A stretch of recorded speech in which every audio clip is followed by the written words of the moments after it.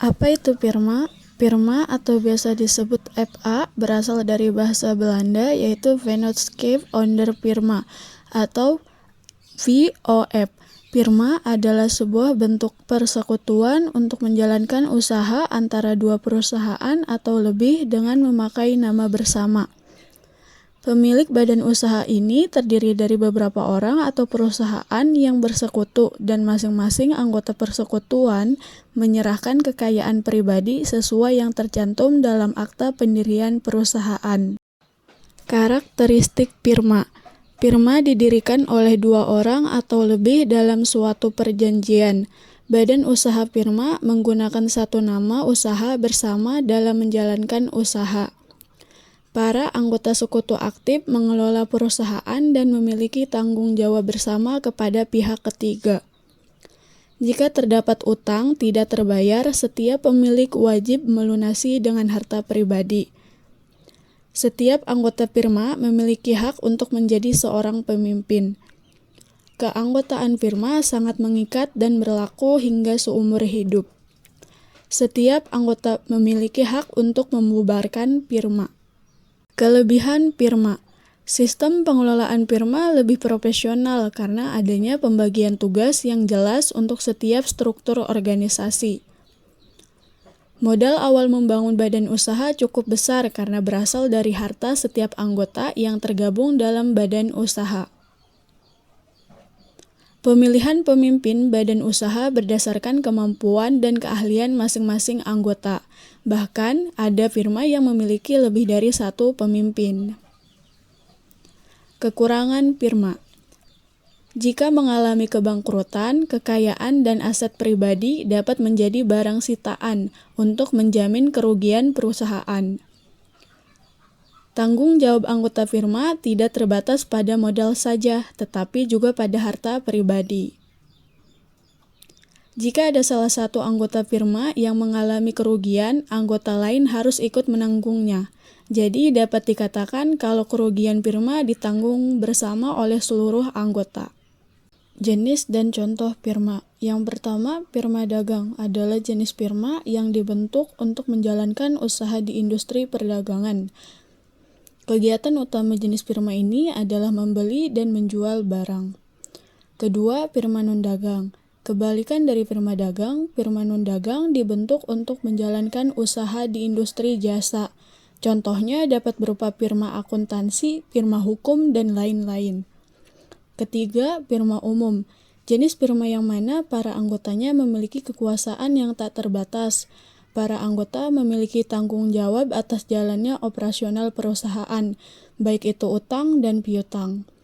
Keempat, firma terbatas. Para anggota dari jenis firma ini memiliki kekuasaan, tanggung jawab, serta kewajiban terbatas atas usaha. Aspek perpajakan firma. Berikut adalah beberapa aspek perpajakan yang berkaitan dengan firma.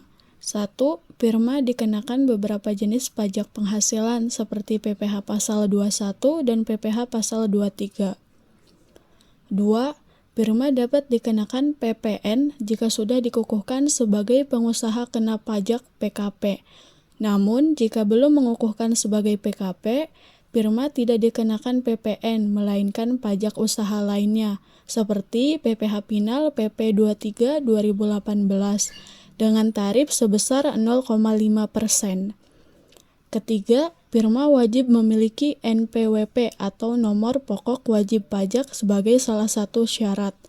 Keempat, firma memiliki beberapa karakteristik seperti tidak ada pemisahan antara kekayaan pribadi dan aset perusahaan. Dan jika pembagian keuntungan kurang adil dapat menimbulkan perselisihan. Dalam menjalankan bisnis, firma perlu memperhatikan kewajiban perpajakan yang berlaku dan melaporkan penghasilan mereka secara tepat waktu dan sesuai dengan ketentuan yang berlaku. Kongsi sendiri sebenarnya sama dengan firma, yaitu dua orang atau lebih yang saling bekerja sama untuk mencapai suatu tujuan.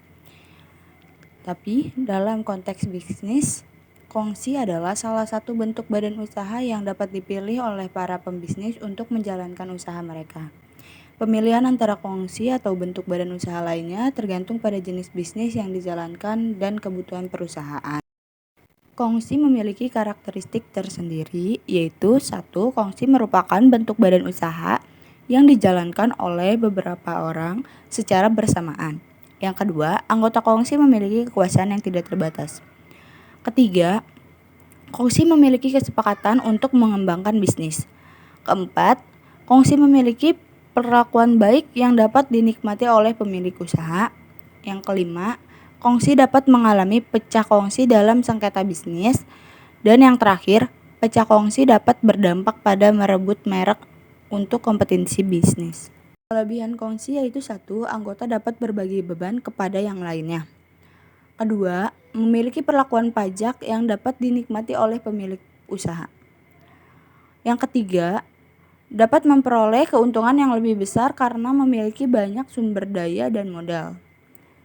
Yang keempat, keuntungan dari keahlian dan pengalaman anggota lebih banyak. Yang kelima, kongsi dapat memperoleh dukungan finansial dari anggota lainnya. Sedangkan untuk kekurangan kongsi, 1. Anggota harus berbagi keuntungan. Yang kedua, kongsi dapat mengalami pecah kongsi dalam sengketa bisnis. Yang ketiga, pecah kongsi tersebut dapat berdampak pada perebutan merek untuk kompetensi bisnis. Yang keempat, anggota dapat memiliki perbedaan pendapat dalam mengambil keputusan. Dan yang terakhir, anggota dapat mengalami kesulitan dalam berbagi tanggung jawab. Jenis kongsi. Yang pertama, kongsi biasa. Kongsi biasa adalah kongsi yang terdiri antara 2 orang atau lebih untuk mencapai tujuan bersama. Setiap sekutu dalam kongsi biasa bertanggung jawab untuk perikatan dan utang piutang. Yang kedua, kongsi komanditer adalah kongsi yang terdiri dari 2 jenis sekutu, yaitu sekutu aktif dan sekutu pasif.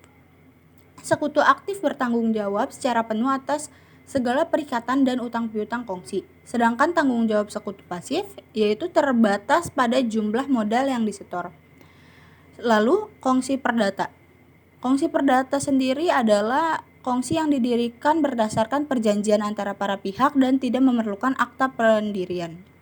Dan yang terakhir, kongsi usaha bersama atau KUB, yaitu kongsi yang terdiri dari beberapa orang yang memiliki usaha kecil dan menengah yang bekerja sama untuk meningkatkan kualitas dan kuantitas produk serta memperluas pasar. Aspek perpajakan kongsi. Yang pertama, kongsi harus memiliki nomor NPWP dan memenuhi kewajiban perpajakan seperti membayar pajak penghasilan dan memenuhi kewajiban pelaporan lainnya. Yang kedua, kongsi dapat dikenakan pajak daerah seperti pajak bumi dan bangunan atau PBB jika memiliki aset properti. Yang ketiga, jika kongsi memiliki kantor dan tempat usaha di Indonesia, maka kongsi dapat dianggap sebagai badan usaha tetap dan dikenakan pajak penghasilan sebagaimana di dalam Undang-Undang Perpajakan. Yang keempat, tanggung jawab anggota kongsi tidak terbatas pada modal saja, tapi juga pada harta pribadinya. Dan yang terakhir, kongsi dapat memiliki keunggulan dari sisi tarif pajak dibandingkan dengan usaha perorangan dalam hal penghematan pajak. Namun, hal ini tergantung pada jenis kongsi yang diterapkan. Perhitungan perpajakan firma dan kongsi. PPh Final. Atas penghasilan WP wajib pajak yang memiliki peredaran bruto tertentu. WP yang memiliki peredaran bruto tertentu ini adalah WP yang memenuhi kriteria sebagai berikut. WPOP atau WP badan tidak termasuk BUT. Dan menerima penghasilan dari usaha tidak termasuk penghasilan dari jasa sehubungan dengan pekerjaan bebas. Dengan peredaran bruto tidak melebihi 4.800.000.000 rupiah. Dalam 1 tahun pajak tidak termasuk peredaran bruto dari jasa sehubungan dengan pekerjaan bebas, penghasilan yang diterima atau diperoleh dari luar negeri, usaha yang atas penghasilannya telah dikenai pajak penghasilan yang bersifat final dengan ketentuan peraturan perundang-undangan perpajakan tersendiri, dan penghasilan yang dikecualikan sebagai objek pajak. PP 23 2018. Subjek pajak yaitu WP badan tertentu seperti PT, SIPI, dan firma koperasi. Pengecualian subjek pajak badan yaitu wajib pajak yang memiliki untuk dikenai PPh berdasarkan tarif pasal 17 ayat huruf A, pasal 17 ayat 2A, atau pasal 31E Undang-Undang PPh. Persekutuan komanditer atau firma yang dibentuk oleh beberapa wajib pajak orang pribadi yang memiliki keahlian khusus menyerahkan jasa sejenis dengan jasa sehubungan dengan pekerjaan bebas. WP Badan yang memperoleh fasilitas pasal 31A Undang-Undang PPh dan PP 94. Bentuk usaha tetap. Tarifnya yaitu 0,5%. Batasan waktu yaitu WPOP 7 tahun, CP atau firma atau koperasi 4 tahun, PT 3 tahun. Dihitung sejak wajib pajak lama yaitu tahun pajak PP berlaku. WP baru yaitu tahun pajak terdaftar. Penyetorannya yaitu setor sendiri atau dipotong atau dipungut oleh pemotong atau pemungut pajak dengan mengajukan surat keterangan ke KPP. Perhitungan PPh terutang.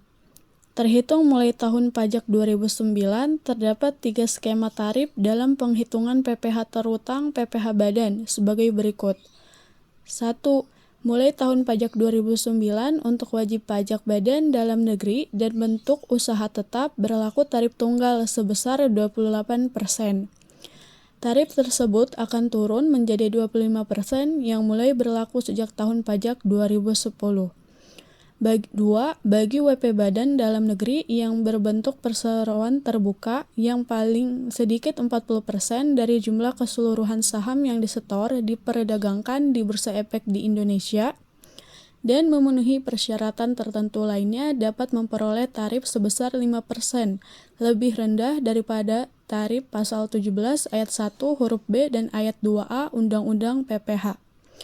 3.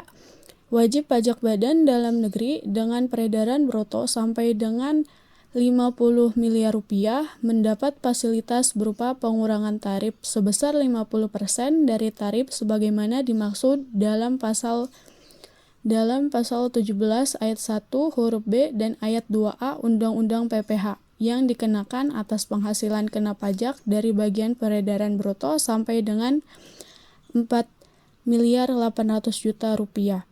Terdapat penurunan tarif dari 25% menjadi 22% untuk tahun pajak 2020 sampai 2021.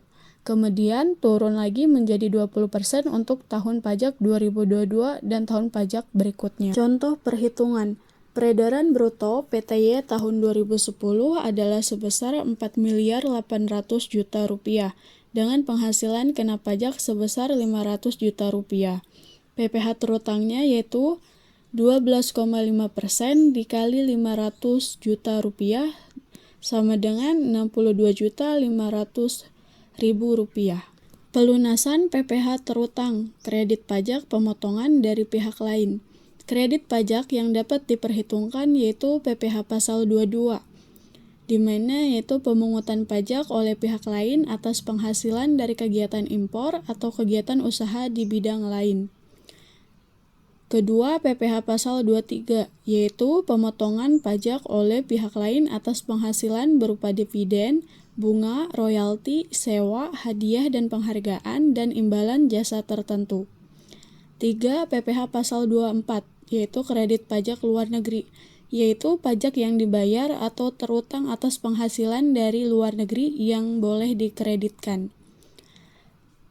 Keempat, PPh pasal 26 ayat 5, yaitu pemotongan pajak oleh pihak lain atas penghasilan kantor pusat suatu BUT, di mana penghasilan tersebut menurut ketentuan fiskal diakui sebagai penghasilan BUT yang bersangkutan, dan pemotongan pajak oleh pihak lain atas penghasilan orang pribadi atau badan luar negeri yang berubah status menjadi wajib pajak dalam negeri atau BUT. Contoh perhitungan PPh pasal 24. PT ABC tahun 2017 memperoleh pendapatan neto di dalam negeri sebesar 25 miliar rupiah dan dari luar negeri sebesar 10 miliar rupiah. Asumsi pajak di luar negeri sebesar 20%. Total penghasilan yang tercatat adalah sebesar 35 miliar rupiah. Penghasilan dalam negeri ditambah penghasilan luar negeri. Total PPh terutang yaitu 25% dikali 35 miliar rupiah sama dengan 8 miliar 750 juta rupiah. PPh maksimum yang dapat dikreditkan, yaitu penghasilan luar negeri dibagi total penghasilan dikali total PPh terutang, yaitu sama dengan 10 miliar rupiah dibagi 35 miliar rupiah dikali 8 miliar 750 juta rupiah sama dengan 2 miliar 500 juta rupiah. Pajak yang dipotong di luar negeri yaitu sama dengan 20% dikali 10 miliar sama dengan 2 miliar. Jadi pajak yang terutang di luar negeri sebesar 2 miliar lebih kecil daripada PPh terutang dalam negeri. Nominal ini yang akhirnya digunakan sebagai pengurang pajak dalam negeri. Pelunasan PPh terutang dibayar sendiri selama tahun berjalan. PPh pasal 25 yaitu pembayaran angsuran pajak yang dilakukan oleh wajib pajak sendiri. Secara umum, jumlah PPh pasal 25 untuk pajak yang dimaksud telah ditentukan perhitungan pada SPT tahunan PPh tahun sebelumnya. Jumlah tersebut merupakan cicilan pelunasan yang dibayar selama tahun pajak yang dimaksud atas PPh yang nantinya akan terutang. Di sini terdapat contoh penerapan perhitungan kredit pajak. Pada PTA memiliki PPh terutang untuk tahun 2009 adalah 81 juta.